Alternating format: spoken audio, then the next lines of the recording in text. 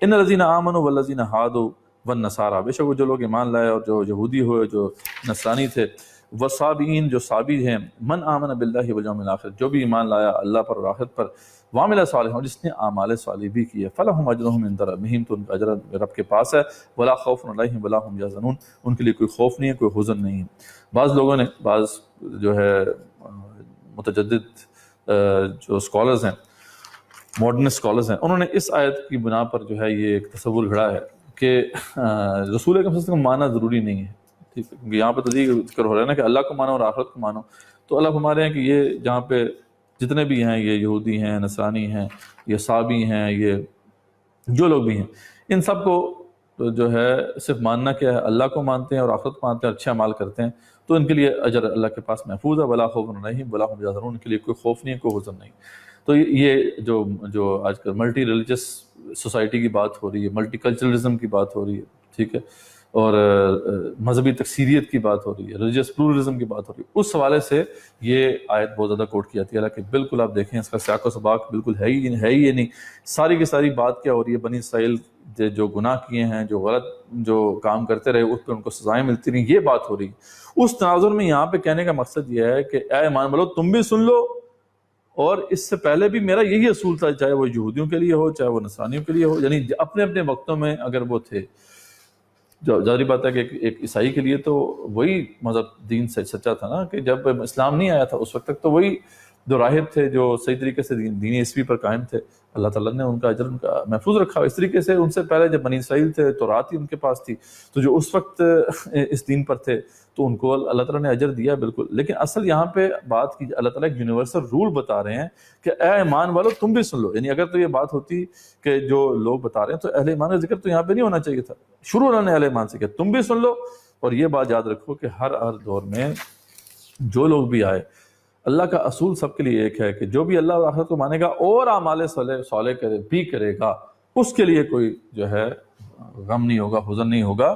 کوئی خوف نہیں ہوگا، اور اللہ کا اجر، اللہ تعالیٰ نے جو اس کے لیے اجر ہے اس کا محفوظ رکھا ہوا ہے۔ یہ مطلب نہیں ہے کہ جو لوگ لے رہے ہیں۔ تو اس لیے ابن کثیر نے اس حوالے سے جو تشریح کرتے ہوئے یہی بات پیش کی۔ ابن کثیر فرماتے ہیں کہ اوپر چونکہ نافرمانوں کے عذاب کا ذکر تھا، تو یہاں ان میں جو لوگ نیک تھے ان کے ثواب کا بیان ہو رہا ہے۔ نبی کی تابعداری کرنے والوں کے لیے بشارت تا قیامت ہے، نہ مستقبل کا ڈر ہے، نہ یہاں حاصل نہ ہونے والی اشیاء کا افسوس و حسرت ہے انہیں۔ حضرت سلمان فارسی فرماتے ہیں رضی اللہ عنہ، میں حضور صلی اللہ علیہ وسلم کی خدمت میں حاضر ہونے سے پہلے جن ایمان والوں سے ملا تھا، ان کی عبادت اور نماز روزے وغیرہ کا ذکر کیا تو یہ آیت اتری، ٹھیک ہے، یعنی آپ نے ذکر کیا کہ وہ بڑے نیک لوگ تھے۔ آپ کو پتہ ہے سلمان فارسی کا جو واقعہ ہے کہ مختلف جگہوں پہ سفر کرتے رہے ساری دنیا میں، اور کئی راہبوں کے پاس رہے اور بڑے نیک، ان کو انہوں نے نیک پایا، تو ان کے بارے میں سوال کیا کہ ان کا کیا بنے گا، تو اس پر یہ آیت نازل ہوئی۔ اور روایت میں ہے کہ حضرت سلمان فارسی رضی اللہ عنہ نے ان کا ذکر کرتے ہوئے کہا کہ وہ نمازی، روزہ دار، ایماندار، اس بات کے معتقد تھے کہ آپ مبعوث ہونے والے ہیں۔ یعنی میں ان لوگوں کی بات نہیں کر رہا جو خدا کو، جو عیسیٰ علیہ السلام خدا کا بیٹا قرار دیتے تھے، وہ تو نیک لوگ تھے، اور انہوں نے مجھے آپ کی طرف بھیجا۔ تو آپ نے فرمایا کہ وہ جہنمی ہیں۔ حضرت سلمان رضی اللہ عنہ کو اس سے بڑا رنج ہوا، تو وہیں یہ آیت نازل ہوئی۔ لیکن یہ واضح رہے کہ یہودیوں میں سے ایماندار وہ ہے جو تورات کو مانتا ہو اور سنت موسیٰ صلی اللہ علیہ وسلم کا عامل ہو، لیکن جب حضرت عیسیٰ علیہ السلام آ جائیں تو ان کی تابعداری کرے، ان کی محبت کو برحق سمجھے۔ اگر اب بھی وہ تورات اور سنت موسیٰ پر جمع رہے اور حضرت عیسیٰ کا انکار کرے اور تابعداری نہ کرے تو پھر وہ بے دین ہو جائے گا۔ اس طرح نصرانیوں میں سے ایماندار وہ ہے جو انجیل کو کلام اللہ مانے، شریعت عیسوی پر عمل کرے، اور اگر اپنے زمانے میں آپ صلی اللہ علیہ وسلم کو پالے تو آپ کی تابعداری اور آپ کی نبوت کی بھی تصدیق کرے۔ اگر اب بھی وہ انجیل کو اور اتباع عیسوی کو نہ چھوڑے اور آپ صلی اللہ علیہ وسلم کی رسالت کو تسلیم نہ کرے تو ہلاک ہوگا۔ تو معلوم ہوا کہ بڑی واضح اس کی تشریح ہے۔ اور اس حوالے سے تو خیر آپ صلی اللہ علیہ وسلم کی حدیث بھی ہے جس میں آپ صلی اللہ علیہ وسلم نے بیان فرمایا کہ جو ہے بے شک اللہ تعالیٰ کے نزدیک دین، اچھا یہ ہے، یہ حدیث جو ہے صحیح مسلم میں ہے، اور ابو ہریرہ سے مروی ہے۔ آپ صلی اللہ علیہ وسلم سے روایت کرتے ہیں ابو ہریرہ کہ آپ صلی اللہ علیہ وسلم فرماتے ہیں کہ اس ذات کی قسم جس کے ہاتھ میں محمد صلی اللہ علیہ وسلم کی جان ہے کہ اس امت میں جو بھی میرا ذکر سنتا ہے، خواہ وہ یہودی ہو یا نصرانی ہو، اور وہ اس پر ایمان نہ لائے جس کے ساتھ میں بھیجا گیا ہوں، تو وہ آگ والوں میں سے ہے۔ بڑی بڑی واضح حدیث ہے۔ اس طریقے سے قرآن مجید میں بھی بے شمار مقامات پہ اس کو واضح کیا گیا۔ سورہ بینہ میں اللہ فرماتے ہیں کہ ان الذین کفروا من اہل الکتاب والمشرکین فی نار جہنم خالدین فیہا، بے شک وہ جو کافر ہیں چاہے وہ اہل کتاب میں ہیں مشرکین میں سے ہیں وہ جہنم میں رہیں گے ہمیشہ ہمیشہ، اولئک ہم شر البریہ، وہ بدترین مخلوق ہیں۔ تو ظاہری بات ہے کہ اس میں اس کے بعد بھی اس طرح کی تشریح پیش کرنا تو یہ ظلم ہے قرآن کی آیت کے ساتھ۔ تو خیر یہ بات کرنے کے بعد اللہ فرماتے ہیں کہ وَإِذْ أَخَذْنَا مِيثَاقَكُمْ، اور یاد کرو جب ہم نے لیا تم سے پختہ عہد، وَرَفَعْنَا فَوْقَكُمُ الطُّورَ، اور تم پہ طور کو جو ہے لا کھڑا کیا۔ جیسے میں نے ذکر کیا جب ان سے عہد لیا گیا کہ دیکھیں جو بھی شریعت کے احکامات ہیں وہ تم مانو گے، تو سب نے جو ہے وہ ماننے سے انکار کر دیا کہ یہ بہت مشکل ہیں یہ احکامات۔ ان کے جو ایلڈرز تھے وہ بھی مکر گئے، تو ان پہ پھر جو ہے طور پہاڑ کھڑا کر دیا گیا۔ یہ جبرائیل علیہ السلام آئے تھے اور پورا طور پہاڑ لا کے ان کے سر پہ کھڑا کیا گیا، اس پہ پھر جو ہے انہوں نے ایک طرح سے گن پوائنٹ پہ وہ مانا، ورنہ یہ ماننے والے نہیں تھے۔ خذوا ما آتیناکم بقوۃ، اور حکم دیا کہ پکڑ لو جو کچھ ہم نے دیا ہے تمہیں مضبوطی سے، واذکروا ما فیہ، اور یاد رکھو جو کچھ بھی اس میں ہے، لعلکم تتقون، تاکہ تم اللہ کی نافرمانی سے جو ہے بچ سکو۔ ثم تولیتم من بعد ذلک، پھر موڑ لیا تم نے پختہ عہد کرنے کے بعد، فلولا فضل اللہ علیکم ورحمہ، اگر اللہ کا فضل اور رحمت تم پہ نہ ہوتی، لکنتم من الخاسرین، تو پھر بہت ہی خسارے والے تم ہو جاتے۔ وَلَقَدْ عَلِمْتُمُ الَّذِينَ اعْتَدَوْا مِنْكُمْ فِي السَّبْتِ، اور تم خوب جانتے ہو انہیں جنہوں نے نافرمانی کی تھی تم میں سے سبت کے قانون کے حوالے سے۔ فَقُلْنَا لَهُمْ كُونُوا قِرَدَةً خَاسِئِينَ، تو ہم نے حکم دیا انہیں کہ بن جاؤ بندر پھٹکارے ہوئے، ٹھیک ہے۔ تو یہ بھی ایک واقعہ ہے، بنی اسرائیل کی طریقے کی واقعہ ہے، یہ غالباً بہت بعد کا واقعہ ہے۔ سلیمان علیہ السلام کے بعد جب ان کی حکومت دو حصوں میں تقسیم ہو گئی تھی تو اس دوران کئی انبیاء جو ہے مبعوث ہوئے علیہ السلام ان کو سمجھانے کے لیے۔ اس دوران جو ہے انہوں نے خاص طور پہ ہفتے کا دن جو کہ عبادت کا دن تھا اس کے ساتھ بڑا ایک مذاق شروع کر دیا تھا، سریعام جو ہے اس کی مخالفت ہوتی تھی۔ تو غالباً اس دوران بھی ایک بستی کا ذکر ہے کہ جنہوں نے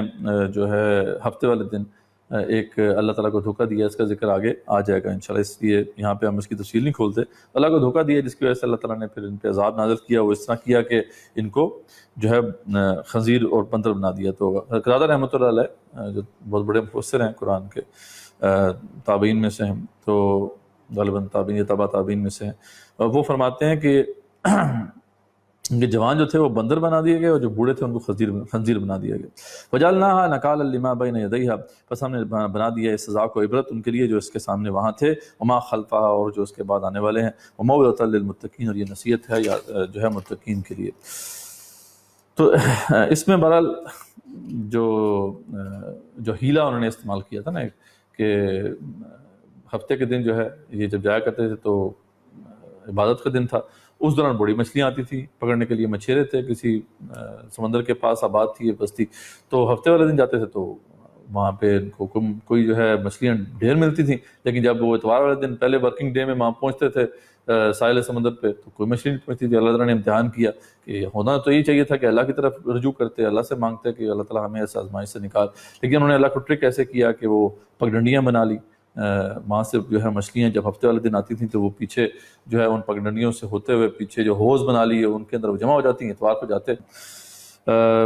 جاری رکھتے ہیں اس بات کو کہ ہم اصحاب سبت کے بارے سے بات کر رہے تھے، تو انہوں نے اس طریقے سے اللہ کو ٹرک کرنے کی کوشش کی اور ہیلے کے ذریعے سے ٹرک کرنے کی کوشش کی، تو اللہ تعالیٰ نے پھر ان کے پر گرفت فرمائی۔ حالانکہ دیکھیں اس پہ کوئی فتویٰ ایشو نہیں کیا جا سکتا، کہنے کو تو وہی ہفتے والے دن وہ عبادت ہی کر رہے تھے، اتوار کو جا کے انہوں نے مچھلیاں پکڑی، لیکن ظاہر بات ہے کیونکہ وہ ایک اس کا جو اسپرٹ تھا اس ایکشن کا وہ اللہ تعالیٰ کی نافرمانی تھا، اس لیے اللہ تعالیٰ نے ان کو سزا دی۔ اس حوالے سے ابن کثیر نے بڑی ایک انٹرسٹنگ حدیث ہے جو کہ کوٹ کی ہے اسی تناظر میں، اس واقعے کے تناظر میں۔ یہ امام ابو عبداللہ سے ایک روایت ہے کہ آپ صلی اللہ علیہ وسلم نے کہ رسول اللہ صلی اللہ علیہ وسلم نے فرمایا کہ لا ترتکبوا مرتکبۃ الیہود فاستحلوا محارم اللہ بادنی الحیل، تو یعنی تم نہ کرو جو یہودی نے کیا، یعنی ہیلے والوں سے، یعنی جو جس طرح یہود کیا کرتے تھے اس طرح تم نہ کرنا، یعنی انہوں نے ہیلوں سے اللہ کے حرام کو حلال کر لیا تھا، تو تم کم سے کم ایسا نہ کرنا کہ ہیلوں کے ذریعے سے حرام کو حلال کر لو، یعنی شرعی احکام میں ہیلا جوئی سے بچو۔ یہ حدیث بالکل جو ہے صحیح ہے، ابن کثیر فرماتے ہیں، واللہ اعلم۔ تو آج بھی آپ کو پتہ ہے کہ امت مسلمہ میں ہیلے کے ذریعے سے بہت سے حرام چیزوں کو حلال کیا جا رہا ہے، پر اس کی تفصیل یہاں پہ بتانے کے بھی وقت نہیں ہے۔ وَإِذْ قَالَ مُوسَىٰ لِقَوْمِهِ، یاد کرو جب کہ موسیٰ علیہ السلام نے کہا اپنی قوم سے، إِنَّ اللَّهَ يَأْمُرُكُمْ أَن تَذْبَحُوا بَقَرَةً، بے شک اللہ حکم دیتا ہے تمہیں کہ ذبح کرو ایک گائے کو۔ قَالُوا أَتَتَّخِذُنَا هُزُوًا، انہوں نے کہا کہ کیا آپ علیہ السلام ہم سے مذاق کر رہے ہیں۔ قَالَ أَعُوذُ بِاللَّهِ أَنْ أَكُونَ مِنَ الْجَاهِلِينَ، تو موسیٰ علیہ السلام نے کہا کہ میں پناہ مانگتا ہوں اللہ کی کہ میں ہو جاؤں جاہلوں میں سے۔ ابھی ایک واقعہ ہے جس کی طرف یہاں پہ اشارہ ہو رہا ہے، یہ واقعہ بھی اسی دور کا ہے جس کا ذکر میں نے کیا ہے کہ بنی موسیٰ سلیمان علیہ السلام کے دور کے بعد ان کے اندر بہت زیادہ بگاڑ آ گیا تھا دین کے اندر۔ تو اسی دوران کا ایک واقعہ ہے کہ کچھ جو ایک شخص تھا، اس کا کوئی بیٹا نہیں تھا، صرف لڑکی تھی۔ تو اس کا بھتیجا تھا، اس نے کہا کہ میں اس کو قتل کر دیتا ہوں اور اس طریقے سے اس کی بیٹی سے نکاح بھی کر لوں گا اور اس کا سارا مال میرے ہاتھ میں آ جائے گا۔ تو اس نے کیا کیا کہ جو ہے اپنے جو چاچا تھا اس کو قتل کر دیا، قتل کر کے جو ہے لاش کچھ نیک لوگ تھے ان کے علاقے کے سامنے پھینک دی۔ اب وہ ظاہر بات ہے کہ الزام ان پہ آ رہا تھا، تو یہ مرڈر مسٹری سالو نہیں ہو رہی تھی۔ اس پہ پھر اللہ تعالیٰ نے یہ موسیٰ علیہ السلام سے کہا کہ آپ ایسا کریں تو اس طریقے سے یہ جو مرڈر مسٹری ہے یہ سالو ہو جائے گی۔ تو وہ بیک گراؤنڈ ہے اس واقعہ جس کے تناظر میں یہ بات آ رہی ہے۔ تو اللہ تعالیٰ نے کہا کہ تم ایک گائے کو ذبح کرو۔ قالوا اتتخذونہ ہزوا، یعنی حکم دیا موسیٰ علیہ السلام کو کہ آپ ان سے کہیں کہ اپنی قوم سے کہ یہ ایسا کرو تو یہ مسئلہ حل ہو جائے گا، یہ مرڈر مسٹری سالو ہو جائے گی۔ قالوا اتتخذونہ ہزوا، انہوں نے کہا کہ آپ مذاق کر رہے ہیں۔ قالوا اعوذ باللہ ان اکون من الجاہلین، تو آپ نے کہا کہ میں اللہ سے پناہ مانگتا ہوں کہ میں جاہلوں میں سے ہوں۔ قالوا ادع لنا ربک، کہنے لگے کہ اچھا درخواست کیجیے اپنے رب سے، پوچھے تو صحیح کہ یبین لنا ما ہی، تو وہ واضح کرے کہ ہمارے لیے کیا ہے وہ گائے، یعنی ہمیں سمجھ نہیں آ رہی بات کہ وہ گائے کس قسم کی ہو۔ قال انہ یقول، موسیٰ علیہ السلام نے کہا کہ بلا شبہ وہ فرماتا ہے، انہا بقرۃ لا فارۃ ولا بکر، بے شک وہ گائے نہ بوڑھی ہے اور نہ بچیا ہے، عوان بین ذلک، ٹھیک ہے، اور وہ درمیانی یعنی عمر کی ہے۔ ففعلوا ما تؤمرون، ٹھیک ہے، تو جو بھی اب تمہیں حکم دیا اس کو پورا کرو۔ قالوا ادع لنا ربک، کہنے لگے درخواست کیجیے ہمارے لیے اپنے رب سے، یبین لنا ما لونھا، کس کا رنگ کیا ہو، ہمیں سمجھ نہیں آ رہی، ٹھیک ہے، یہ تو سمجھ میں آ گیا جوان ہونی چاہیے لیکن رنگ کیا ہو۔ قال انہ یقول، تو موسیٰ نے کہا کہ بلا شبہ وہ فرماتا ہے، انہا بقرۃ صفراء، جو ہے صفراء یعنی بے شک وہ رنگ جو ہے زرد رنگ کا ہے، یعنی زرد رنگ کی گائے ہونی چاہیے، فاقع لونھا، اور گہرا ہے اس کا رنگ، یعنی جو اس کا زرد رنگ ہے وہ گہرا ہو، تسر الناظرین، اور بھلی لگتی ہے دیکھنے والوں کو، جو یعنی ایسی گائے ہو جو بھلی لگتی ہو دیکھنے والوں کو۔ قالوا ادع لنا ربک، تو انہوں نے کہا کہ مزید واضح کیجیے، یہ مزید ابھی بھی کوئی مسئلہ رہ گیا، تشنا رہ گیا، یبین لنا ما ہی، کہ وہ واضح کرتے ہیں ہمارے لیے کہ وہ کس قسم کی گائے ہو، مزید واضح کرتے ہیں۔ ان البقرہ تشابہ علینا، اس طرح کی تو بڑی گائے موجود ہیں ہمارے پاس، وَإِنَّا إِن شَاءَ اللَّهُ لَمُهْتَدُونَ، تو بے شک ہم جو ہے اگر اللہ نے چاہا تو ضرور ہدایت پانے والے ہوں گے۔ قال انه یقول، موسیٰ نے کہا کہ بلا شبہ فرماتا ہے اللہ تعالیٰ کہ انہا بقرۃ لا ذلول تثیر الارض، بے شک وہ گائے ایسی ہو جو سدائی ہوئی نہ ہو، یعنی وائلڈ وہ ہو کہ جو زمین میں جو ہے وہ ہال جوتنے کے لیے استعمال کی گئی ہو، بالکل جو ہے وہ ایسی نہیں ہونی چاہیے۔ ولا تسقی الحرث، نہ ہی پانی دیتی ہو کسی کھیتوں میں۔ مسلمۃ لا شیۃ فیہا، بالکل سالم ہو اور کوئی عیب نہ ہو اس کے اندر۔ قالوا الآن جئت بالحق، انہوں نے کہا اچھا ہاں اب بات کو سمجھ آئی گئی ہے۔ فذبحوہا، تو بس انہوں نے وہ ذبح کر ہی دیا۔ وما کادوا یفعلون، نہیں کرنے والے نہیں تھے۔ اصل بات وہ تھی کہ دل میں جو محبت بیٹھی تھی، جیسے میں نے ذکر کیا، شاید مجھ سے غلطی سے میں نے یہ بیان کر دی کہ یہ سلیمان علیہ السلام کے بعد کے دور کا واقعہ، یہ وہ دور ہے جب کہ موسیٰ علیہ السلام جو ہے سراسینے میں کہیں پہ آباد تھے، اور وہاں اس وقت یہ واقعہ گزر چکا تھا غالباً کہ جو ذبح کیا گیا تھا، وہ جو بکرا تھا، وہ جو بنایا تھا انہوں نے، سامری نے وہ جو ایک سونے کا بچڑا سا بنایا تھا، اور اس میں وہ جبرائیل علیہ السلام کے جو نقش پا کی وہ مٹی ڈالی تھی، تو وہ ایک باقاعدہ بچڑا بن گیا تھا، اور اس کو پھر جو ہے موسیٰ علیہ السلام نے جو ہے وہ کاٹ کے جلا دیا تھا اس کو، تو جس کا ذکر آگے انشاءاللہ تفصیل سے آئے گا۔ تو وہ ایونٹ ہو چکا تھا، لیکن اس کے باوجود دل میں ان کی محبت بیٹھی ہوئی تھی، تو اس کو بھی ختم کرنا مقصود تھا۔ اس تناظر میں اللہ تعالیٰ نے پھر اس طریقے سے ایک معاملہ کیا کہ تاکہ ان کے دل سے اس کی محبت بھی ختم ہو، تو وہ کرنے والے نہیں تھے لیکن آخر انہوں نے کر دیا۔ خیر وہ پھر جو حکم یہ تھا کہ اس کا جو ٹکڑا ہے اس کو لگاؤ، وَإِذْ قُلْتُمْ نَفْسًا، اور یاد کرو جب تم نے قتل کیا ایک شخص کو، فَادَّارَأْتُمْ فِيهَا، پھر تم باہم جھگڑے لگے اس کے بارے میں، واللہ مخرج ما کنتم تکتمون، اللہ ظاہر کرنے والا تھا جو تم چھپا رہے تھے، فقل نضربوہ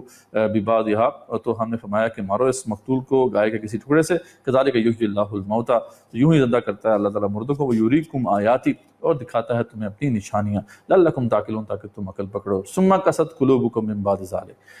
لیکن اس کے بعد تمہارے دل بہت سخت ہو گئے، فہی کالحجارۃ او اشد قسوہ، بلکہ پتھر کی طرح ہو گئے، بلکہ اس سے بھی سخت ہو گئے، تمہارے دل اتنے سخت ہو گئے کہ پتھروں سے بھی سخت ہو گئے، وَإِنَّ مِنَ الْحِجَارَةِ لَمَا يَتَفَجَّرُ مِنْهُ الْأَنْهَارُ، بے شک پتھروں میں بھی ایسے ہوتے ہیں، یقیناً ایسے ہوتے ہیں کہ وہ اس میں سے نہریں بہ نکلتی ہیں، وَإِنَّ مِنْهَا لَمَا يَشَّقَّقُ فَيَخْرُجُ مِنْهُ الْمَاءُ، اور بے شک ان میں سے ایسے بھی ہوتے ہیں جو